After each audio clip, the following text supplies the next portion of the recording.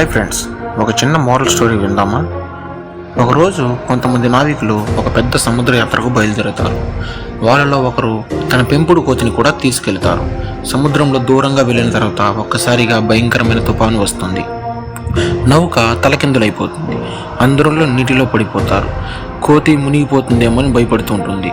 అప్పుడు ఒక్కసారిగా ఒక డాల్ఫిన్ వచ్చి కోతిని తన వీపుపై ఎక్కించుకుంటుంది. డాల్ఫిన్ కోతిని ఒక ద్వీపానికి తీసుకెళ్తుంది.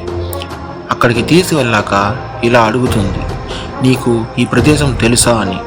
కోతి గర్వంగా చెబుతుంది, తెలుసు, ఈ ద్వీపంలోని రాజు నా స్నేహితుడు, నేను కూడా ఒక ద్వీపానికి రాజకుమారుడిని అని చెప్తుంది.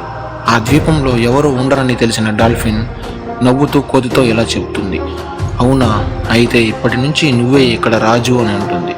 కోతి ఆశ్చర్యంగా ఎందుకు అని అడుగుతుంది. డాల్ఫిన్ వెనక్కి వెళ్ళిపోతూ ఇలా చెప్తుంది, ఈ ద్వీపంలో నువ్వు ఒక్కడివే ఉంటావు కాబట్టి నువ్వే రాజువి అని. ఈ కథ మనకి చెప్పే నీతి ఏంటంటే, అబద్ధాలు చెప్పి పొగరుగా ప్రవర్తించేవారు చివరికి ఇబ్బందుల్లో పడతారు అని.